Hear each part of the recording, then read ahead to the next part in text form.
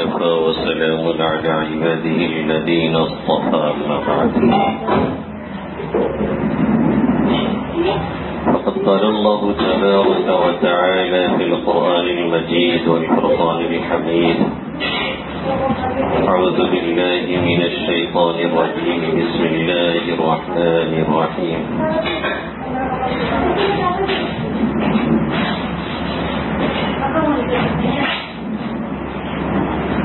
يوم يأتي بعض آيات ربك لا ينفع نفسا إيمانها من قبل أو كسبت في إيمانها خيرا.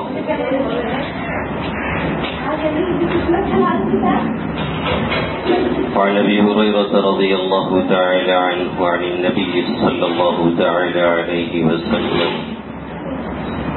قال: ثلاث إذا خرج لا ينفع نفسا إيمانها لم تكن آمنت من قبل: الدخان والدجال وطلوع الشمس من مغربها، أو كما قال سيدنا وهادينا محمد صلى الله تعالى عليه وسلم. میرے محترم بزرگوں اور دوستوں، میرے غیور نوجوان ساتھیوں، یہ مذہب اسلام کا اور ہمارا اور آپ کا بنیادی اور انقلابی عقیدہ ہے کہ ایک نہ ایک دن اس نظام عالم کو، اس دنیا کو تباہ اور برباد کر کے ختم کر دیا جائے گا اور قیامت قائم کی جائے گی. جیسے ہمارے بنیادی اور اسلامی عقائد میں سے اللہ کے وجود کا اقرار اور اس کا وحدہ لا شریک ہونا، اور یہ ماننا کہ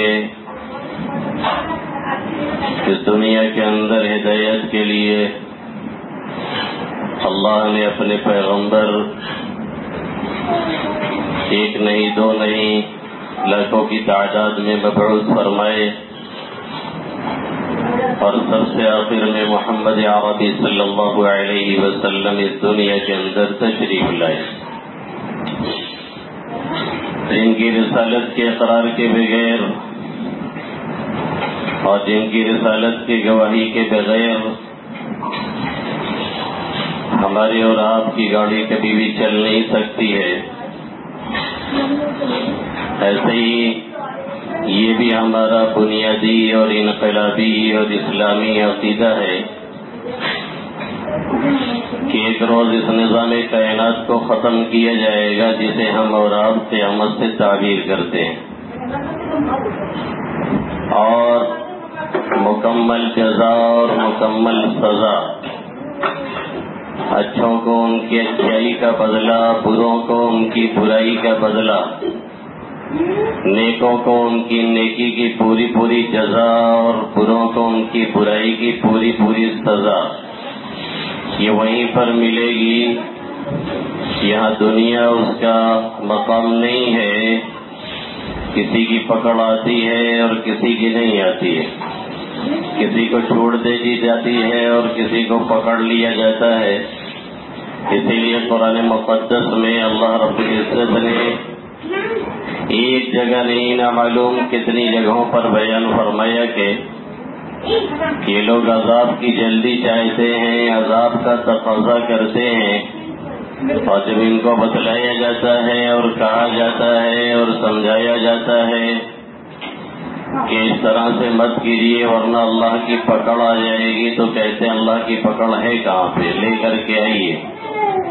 اللہ فرماتا ہے یستعجلونک بالعذاب ولولا اجل مسمى لجاءهم العذاب وليأتينهم بغتة وهم لا يشعرون. یہ لوگ آپ سے عذاب کا تقاضا کرتے ہیں. یہ لوگ کہتے ہیں جس عذاب کی دھمکی اور چمکی آپ ہم کو دے رہے ہیں وہ لے کر کے آئیے. وہ ہے کہاں پہ؟ اللہ فرما رہا ہے اگر ایک میعاد متعین نہ ہوتی اور اگر ایک ٹائم مقرر نہ ہوتا جو کہ قیامت کا وقت ہے تو ہم سب کا کام تمام کر دیتے. اور وہ بھی ایسے ہی اچانک ان کے اوپر آئے گی کہ ان کو خبر تک بھی نہیں ہوگی کہ وہ ہمارے اوپر آ رہی ہے. تو یہ ہمارا اور آپ کا ایک بنیادی عقیدہ ہے, ایک اسلامی عقیدہ ہے اور ایک انقلابی عقیدہ ہے. ہمیں بس اتنا یقین رکھنا ہے اور ماننا ہے کہ قیامت آ کر کے رہے گی جس میں کوئی شک اور شبہ نہیں ہے. کب آئے گی, کس وقت آئے گی, اس کا متعین ٹائم کیا ہے اور کب اس کا وقوع ہوگا, اس دنیا کو کب تباہ کیا جائے گا, متعین طور پہ کوئی بھی شخص اسے نہیں بتا سکتا ہے. خود اللہ رب العزت نے قرآن مقدس میں ایک جگہ نہیں کئی جگہ اس پر متنبع کیا اور یہ بتلایا کہ متعین وقت کا علم کسی کو نہیں ہے. کوئی یہ بتا سکے کہ فلاں وقت میں فلاں مہینے میں فلاں ٹائم پر آئے گی, یہ کسی کو خبر نہیں ہے. اللہ قرآن میں فرماتا ہے ان الساعة آتية أكاد أخفيها لتجزى كل نفس بما تسعى ان الساعة آتية أكاد أخفيها لتجزى كل نفس بما تسعى. قیامت کو تو میں چھپا کر کے رکھ رہا ہوں, قیامت کے معاملہ کو میں مخفی رکھتا ہوں. کیوں؟ اس لیے کہ جو کر رہے ہیں, جو اعمال لوگ انجام دے رہے ہیں وہ آئے ہمارے یہاں, پھر اسی اعتبار سے ہر ایک کو اس کا بدلہ دیا جائے. جو اچھا کر کے آیا ہے اس کو اچھا بدلہ ملے اور جو برا کر کے آ رہا ہے اس کو برا بدلہ ملے.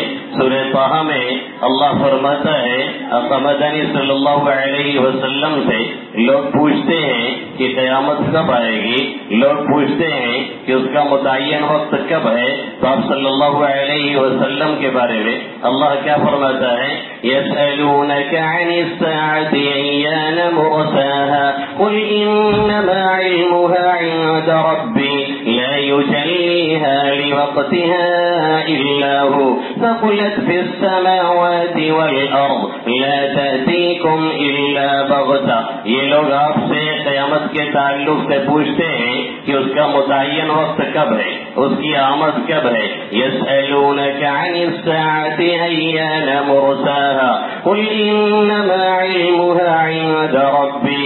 آپ کہیے اس کا متعین وقت جو معلوم ہے وہ صرف اور صرف میرے رب کے پاس ہے, کسی اور کو اس کی خبر نہیں ہے. لا يجليها لوقتها إلا هو. اس کے وقت مقررہ پر وہی کھولے گا, وہی اس راز کو ظاہر کرے گا, وہی اس کو لے کر کے آئے گا, کسی اور کے قبضے قدرت میں نہیں ہے. لا يجليها لوقتها إلا هو ثقلت في السماوات والأرض. آسمان و زمین میں بہت ہی بھاری چیز ہے, آسمان و زمین میں بہت ہی گرا چیز ہے, یہ بہت ہی خطرناک ہے جسے پورے نظام کو درہم برہم کر کے رکھ دیا جائے گا. اور آگے اللہ کیا فرماتا ہے لا تأتيكم إلا بغتة. اچانک ہی تمہارے سروں پہ آ کے کھڑی ہوگی اور کسی کو خبر تک نہیں ہوگی. سورہ نازعات میں یہی سوال ہوتا ہے, اللہ اسی انداز کی بات کہتا ہے يسألونك عن الساعة أيان مرساها فيما أنت من ذكراها إلى ربك منتهاها إنما تنذر من يخشاها كأنهم يوم يرونها لم يلبثوا إلا عشية أو ضحاها. آپ سے قیامت کے تعلق سے پوچھتے ہیں کہ یہ قیامت کب آئے گی. يسألونك عن الساعة أيان مرساها فيما أنت من ذكراها. آپ کا اس کے تذکرے سے کیا تعلق ہے؟ آپ کو وقت نہیں بتانا ہے. کیوں نہیں بتانا ہے؟ کیونکہ یہ ہوتا ہے جب اس کا علم متعین طور سے ہو, اور متعین طور سے علم کسی کو دیا نہیں گیا ہے, اس لیے آپ اس کے تعلق سے کہاں بتائیں گے. فيما أنت من ذكراها إلى ربك منتهاها. اس کا انحصار میرے رب پر ہے, وہ جانتا ہے کہ کب آئے گی, کس وقت آئے گی, کیسے آئے گی, وہ سب میرا رب جانتا ہے. إلى ربك منتهاها. اور آپ کا کام ہے لوگوں کو آگاہ کرنا, آپ کا کام ہے لوگوں کو بتانا, آپ کا کام ہے لوگوں کو متنبع کرنا, آپ کا کام ہے لوگوں کو جگانا, آپ کا کام ہے صحیح راہوں کو دکھلانا, آپ کا کام ہے صحیح راہوں کو بتلانا. اور جب آ جائے گی تو پھر حالت کیا ہوگی. كأنهم يوم يرونها لم يلبثوا إلا عشية أو ضحاها. جب لوگ اسے دیکھیں گے تو انہیں یہ سمجھ میں آئے گا کہ ہم دنیا میں تھوڑے دیر رہے ہیں, صبح کے وقت تھوڑا سا رہے ہیں, شام کے وقت تھوڑا سا رہے ہیں. ایسے محسوس ہوگا اس کی ہولناکی کو دیکھ کر کے, اس کی خوفناکی کو دیکھ کر کے, اس کی طوالت کو دیکھ کر کے, اس کی پریشانی کو دیکھ کر کے حواس باختہ ہو کر کے لوگ یہ کہیں گے لگتا ہے کہ ہم دنیا میں کچھ رہے ہی نہیں, تھوڑی دیر رہے, آدھے دن رہے, کچھ گھنٹے رہے ہیں, کچھ منٹ رہے ہیں. اس انداز سے لوگوں کی حالت ہوگی. تو اس آیت کے اندر یا کہیے کہ ان آیتوں کے اندر اور نہ معلوم اس طرح سے کتنی حدیث کے اندر اللہ نے اور اللہ کے حبیب صلی اللہ علیہ وسلم نے یہ واضح فرمایا اور یہ ظاہر فرمایا کہ اس کا متعین وقت کسی کو نہیں معلوم ہے.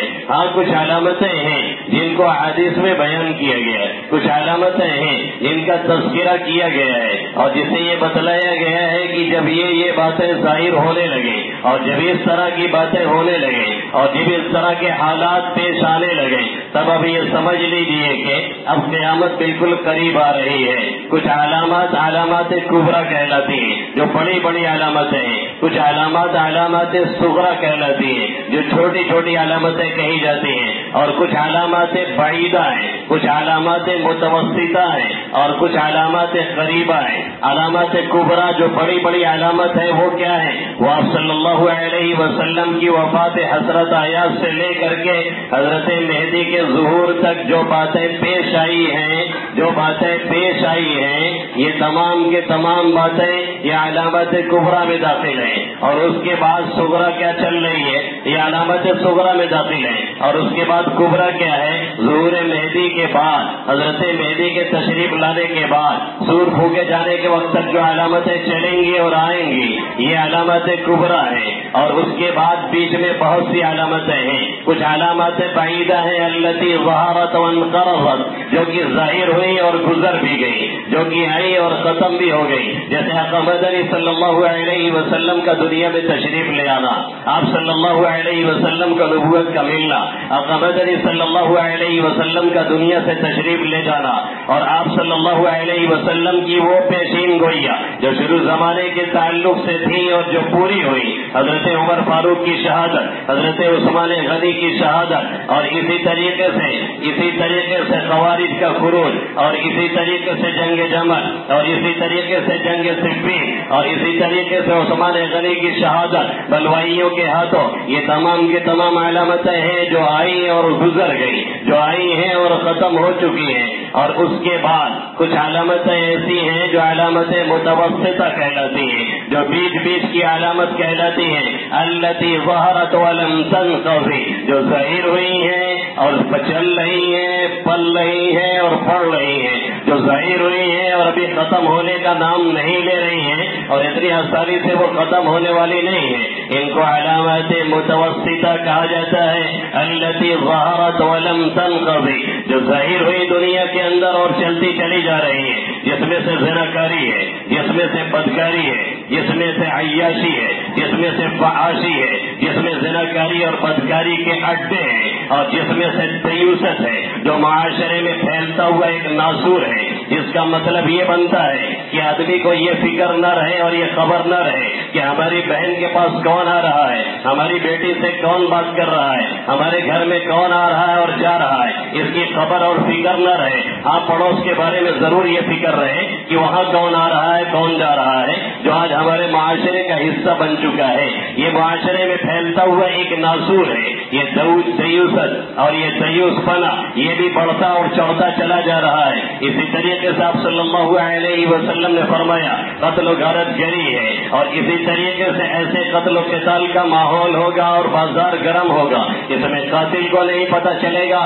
کہ کس وجہ سے وہ مار رہا ہے. جیسے آج کی دنیا میں 2-4 ہزار کسی کو ٹکائیے اور کسی کو ٹپکا دیجیے، یہ سلسلہ چل رہا ہے. مارنے والے کو نہیں پتا ہوتا ہے کہ ہم کیوں مار رہے ہیں، اور جس کو مارا جا رہا ہوتا ہے، جس کو شہید کیا جا رہا ہوتا ہے، اسے نہیں پتا ہوتا ہے کہ ہمیں کیوں مارا گیا ہے، کیوں شہید کیا گیا ہے. لا يدري القاتل بأي وجه قتل ولا يدري المقتول بأي وجه قتل. نہ قاتل کو یہ پتا ہے کہ وہ کیوں مار رہا ہے، نہ مقتول کو یہ خبر ہے کہ اسے کیوں شہید کیا جا رہا ہے. یہ حالات پوری دنیا کے اندر ہے، اور یہ حالات ہمارے ملک کے اندر ہے، اور یہ حالات گلی اور کوچوں میں بھی ہے. معمولی باتوں پہ لوگوں کی جانیں لے لینا اور لوگوں کی جانوں سے کھلواڑ کر جانا یہ ہمارے اور آپ کے معاشرے کا حصہ بنتا چلا جا رہا ہے.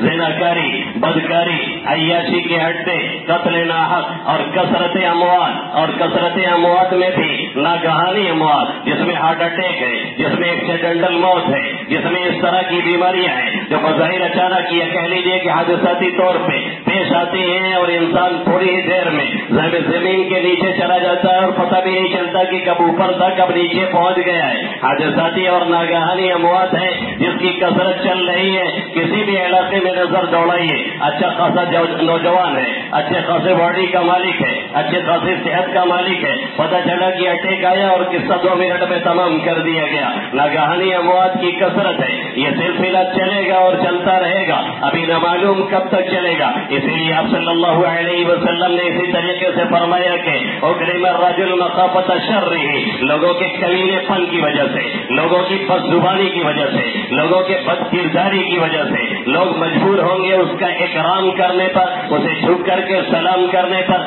دل نہیں گوارا کرے گا، لوگ جھک کر کے سلام کریں گے. اسے جس سے سلام کیا جا رہا ہے اس کی بھی برائی بیان کی جا رہی ہے، اور جو جھک رہا ہے دب رہا ہے اس کی بھی برائی بیان کی جا رہی ہے. اور اسی طریقے سے آپ صلی اللہ علیہ وسلم نے فرمایا لوگ والدین کو بھولیں گے، لوگ والدین سے دور ہوں گے اور بیوی کی غلامی کریں گے. اور آگے فرمایا اس سے بڑھ کر کے یہ ہوگا کہ اپنے لوگوں سے رشتہ ختم کیا جائے گا، اپنے لوگوں سے رشتہ کاٹا جائے گا، قطع رحمی کی جائے گی، دوسروں سے پیے لڑائی جائیں گی، دوسروں سے تعلقات قائم کیے جائیں گے. وہاں پہ سب کچھ برداشت کریں گے لیکن اپنے گھر خاندان کی چیزوں کو برداشت کرنے کے لیے تیار نہیں ہوں گے. اور اسی طریقے سے جان پہچان کے ساتھ سلام کیا جائے گا. جو پہچان کا ہوگا اسے بڑا لمبا سیلوٹ مارا جائے گا، اور جو بیچارہ پہچان کا نہیں ہوگا اسے سلام کرنے نہیں، جواب دینے کے بھی ہم اور آپ روادار نہیں ہوں گے. یہ صورت حال بنائی جائے گی، یہ طریقہ بنایا جائے گا. علم دین کو دنیاوی مقاصد اور غرض کے لیے حاصل کیا جائے گا. لوگ مطالعہ کریں گے تو اس مقصد کے لیے تاکہ لوگ کہیں بڑا جانکار ہے، لوگ کہیں بہت بڑا عالم ہے، لوگ کہیں بہت بڑا کھلاڑی ہے اس لائن کا. اور اسی طریقے سے علماء اور فقہاء کی کمی ہوتی چلی جائے گی. فساق اور فجار کا دبدبہ ہوگا اور وہ چڑھ کر کے بول رہے ہوں گے. سعد القبیل افضلهم، جو انسان گھٹیا در گھٹیا ہوگا، جو چندی چور ہوگا، جو 1 نمبر کا ڈاکو ہوگا اور ڈکیت ہوگا، جو دوسروں کے چپل بھی چورا کر کے پہن کر کے ٹہل رہا ہوگا، اسے لوگ اپنا قائد سمجھیں گے، اسے لوگ اپنا رہنما سمجھیں گے. اور وہ قیادت اور سیادت کے فرائض لوگوں کے درمیان انجام دے گا. اور جب کوئی میٹر لوگوں کا پھنسے گا تو اس کو مکھیا بنا کے بیٹھایا جائے گا، اس کو قائد اور لیڈر بنا کر کے بیٹھایا جائے گا اور وہ لوگوں کے مسئلے حل کرے گا. مدنی صلی اللہ علیہ وسلم نے فرمایا تنطق فیہا الرویبضہ، یہ زمانہ ایسا آئے گا کہ جس میں رویبضہ بات کریں گے. پوچھا گیا یہ رویبضہ کیا ہے؟ آپ صلی اللہ علیہ وسلم نے فرمایا الرجل التافہ الذی یتکلم عبر العامہ ایک معمولی گھٹیا انسان جو عام لوگوں کے مسئلے میں بڑی رائے دے رہا ہوگا، ایسے انسان کو لوگ بڑھاوا دے رہے ہوں گے. اور آپ صلی اللہ علیہ وسلم نے یہ نہیں فرمایا قیامت اس وقت تک نہیں آئے گی جب تک کہ لوکا ابن لوکا، کمینہ سر کمینہ، جس نے بچپن میں اپنا گھر برباد کیا، جوانی میں اپنی بیوی کو برباد کیا اور بڑھاپے میں ملک برباد کر رہا ہوگا، ایسے لوگ قیادت کریں گے، ایسے لوگ سیادت کریں گے، ایسے لوگوں کے ہاتھوں میں لیڈرشپ چلی جائے گی. یہ صورت حال بنا دی جائے گی. پوری دنیا کا ماحول ایسے ہی ہوگا. جو اچھے ہیں وہ اچھائی کر کے چھوٹتے ہوئے چلیں گے، جو اچھے ہیں وہ اچھائی کر کے دب کر کے رہیں گے، جو نمازی ہیں، جو نیک طبیعت ہیں، وہ اچھائی کر کے بیچارے سٹ پٹا کر کے جا رہے ہوں گے. اور جو خرافاتی ہیں، جو قاتل ہیں، جو بدماش ہیں، جو لوٹتے ہیں، جو لفنگے ہیں اور جو لٹیرے ہیں، وہ سینہ تان کر کے چلیں گے. یہ صورت حال پوری دنیا کی بنا دی جائے گی. یہ بیچ والی وہ علامتیں ہیں جو شروع ہوئی ہیں اور ابھی چل رہی ہیں، بلکہ یہ کہہ لیا جائے کہ عروج پکڑ رہی ہے تو کوئی غلط نہیں ہے. یہ بیچ کی علامت ہے. پھر یہ آخر کی علامتیں آ رہی ہیں جس کے بارے میں آپ صلی اللہ علیہ وسلم نے فرمایا وہ آخر کی جو علامتیں جب آئیں گی تاقب الساعہ، پھر اس کے بعد اب قیامت آ جائے گی. اب اس کے بعد کچھ بچے گا نہیں. اور آخر کی علامتیں کیا ہیں؟ کہیں دور جانے کی ضرورت نہیں. میرے نبی محترم محمد عربی صلی اللہ علیہ وسلم نے فرمایا، مسلم شریف کی روایت ہے، حضرت حذیفہ ابن اسید الغفاری رضی اللہ تعالیٰ عنہ اس کے راوی ہیں. وہ فرماتے ہیں نحن نتذاکر اطلع النبی صلی اللہ تعالیٰ علیہ وسلم، ہم لوگ بیٹھ کر کے مذاکرہ کر رہے تھے، ہم لوگ بیٹھ کر کے آپس میں بات کر رہے تھے. اتنے میں آقا مدنی صلی اللہ علیہ وسلم باہر تشریف لائے اور آپ نے ہم سے یہ سوال کیا، آپ نے ہم سے یہ پوچھا کہ تم لوگ کس چیز کے بارے میں بحث کر رہے ہو، کس چیز کا تذکرہ کر رہے ہو؟ ہم نے فرمایا نذکر الساعہ، ہم قیامت کا تذکرہ کر رہے ہیں کہ قیامت ایسے آئے گی، ایسے آئے گی، یہ خطرناک ہوگی اور بڑی ہولناک ہوگی. اس طرح کی باتیں ہم نے آپس میں چل رہی تھی. آپ صلی اللہ علیہ وسلم نے کیا فرمایا؟ انہا لن تقوم حتی ترون قبلها 10 آیات، وہ قیامت آ ہی نہیں سکتی ہے جب تک کہ اس سے پہلے 10 آیتیں، 10 علامتیں اس دنیا کے اندر رونما نہ ہو جائیں. قیامت آ نہیں سکتی ہے جب تک کہ یہ 10 علامتیں دنیا کے سامنے کھول کر کے نہ آ جائیں. اس کے بعد آپ صلی اللہ علیہ وسلم نے ان کی تفاصیل بیان فرمائی، ان 10 علامتوں کو بیان فرمایا. آپ نے فرمایا ان علامتوں کے آنے سے پہلے پہلے قیامت نہیں آئے گی. یہ علامتیں جب آ جائیں گی، یہ علامتیں جب ظہور پذیر ہو جائیں گی، ان علامتوں کا جب دنیا میں ظہور اور رکوع ہو جائے گا، پھر اس کے بعد قیامت کبھی بھی آ سکتی ہے. اس میں سب سے پہلے آپ صلی اللہ علیہ وسلم نے فرمایا فذکرت دخان، ایک تو دھواں ہے جو آئے گا، لوگوں پر چھا جائے گا. یہ دھواں کب ہوگا، کیا ہوگا، آ کر کے جا چکا ہے، اس میں کچھ اختلاف بھی ہے. اور عبداللہ ابن مسعود رضی اللہ تعالیٰ عنہ کی وہ روایت جو بظاہر صحیح معلوم ہوتی ہے، اگر وہ لے لی جائے تو اس سے معلوم ہوتا ہے کہ یہ 2 دھواں ہے. ایک دھواں مکہ والوں پہ آیا تھا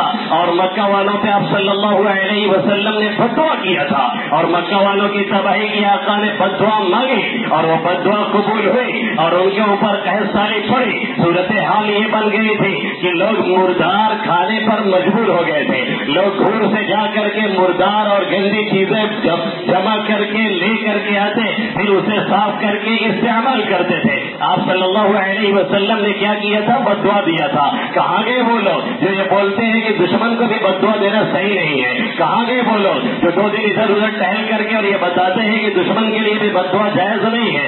آپ صلی اللہ علیہ وسلم بدعا کرتے ہیں. مکہ کے لوگوں کے لیے تباہی مقدر کر دی جاتی ہے اور یہ پورے قرون نازلہ جو فجر میں پڑھی جاتی ہے یہ تو دعا اور بدعا ہی ہے جو مسلمانوں کے حق میں دعا ہے اور غیروں کے حق میں، ظالموں کے حق میں، جابروں کے حق میں، بدماشوں کے حق میں، ان لوگوں کے حق میں جو فرعونیت دکھا رہے، بدعا ہی تو ہے جو 40 دن آپ صلی اللہ علیہ وسلم نے کھینچ دی. اور بعض صحابہ کرام کے بیان سے لگتا ہے اور بعض ائمہ کا قول ہے کہ 1-2 دن 40 دن نہیں، پورے سال بھر اس کا سلسلہ چلنا چاہیے. اس میں بدعا ہی تو آپ صلی اللہ علیہ وسلم نے دیا. کون کہتا ہے کہ ایسے حالات میں بدعا نہیں کی جا سکتی ہے اور نہیں دی جا سکتی ہے؟ اتنے بڑے آپ صوفی جی ہیں تو بنے رہیے. آپ صلی اللہ علیہ وسلم نے بدعا دیا اور نتیجہ یہ نکلا کہ قحط سالی میں سب مبتلا ہوئے اور دن میں ان کا دھواں نظر آنے لگا. آسمان میں تارا نہیں دکھتا تھا، دھواں نظر آتا تھا. زمین میں چلنے کی سکت نہیں رہ گئی تھی، پاؤں لڑکھڑانے اور ڈگمگانے لگے تھے، حتیٰ کہ مردار کھانے پہ سب مجبور ہوئے. پھر آتے ہیں آپ صلی اللہ علیہ وسلم کے پاس، آ کر کے سفارش کرواتے ہیں. آقا سے بارش قبول کرتے ہیں اور آقا کی دعا سے پھر وہ عذاب ان سے ہٹتا ہے، پھر ان کی بدماشیاں شروع ہوتی ہیں۔ جنہوں نے وعدہ کیا تھا کہ یہ عذاب ہٹ جائے گا تو ہم بدماشی نہیں کریں گے، جنہوں نے وعدہ کیا تھا کہ عذاب ہٹ جائے گا تو ہم خرافات نہیں کریں گے، اور ایک دھواں وہ ہوگا جو قیامت کے قریب آئے گا جس میں مسلمانوں کو معمولی تکلیف پہنچے گی اور کافروں کو تباہ اور برباد کر کے رکھ دے گا، جس کا تذکرہ میرے نبی محترم محمد عربی صلی اللہ علیہ وسلم اس میں فرما رہے ہیں۔ فذکر الدخان والدجال، آپ صلی اللہ علیہ وسلم نے پھر تذکرہ فرمایا آگے کانا دجال کا، جو آئے گا تو کانا ہوگا، ایک حصہ اس کا سپاٹ ہوگا جس سے اللہ کچھ اختیارات دے دے گا لوگوں کے آزمانے کے لیے، کون کھرا ہے کون کھوٹا ہے، کون مومن ہے کون منافق ہے، کون صحیح ہے کون غلط ہے۔ وہ بارش برسا رہا ہوگا، خزانے پیچھے چل رہے ہوں گے، مردے کو زندہ کر دے گا، لاگر اٹھنی مر چکی ہے اس کو زندہ کرے گا، اس سے پہلے نہیں بہتر سے بہتر حالت میں وہ اوپر آئے گی،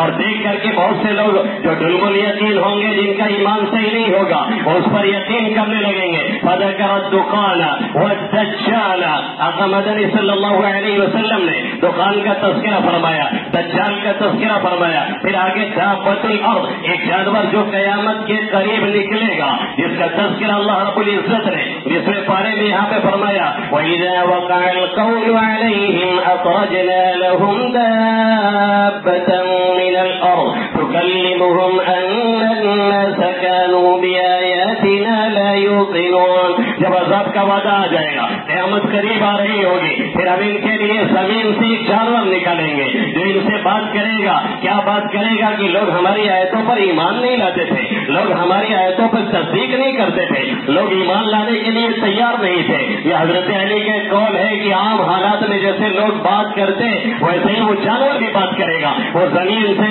پڑھ کر کے نکلے گا، کوہ صفا سے نکلے گا، حرم کی طرف آئے گا، مومنین وغیرہ کو پہچانے گا، اور جو اس طرح کے لوگ ہوں گے اسے دیکھ کر کے بھاگیں گے۔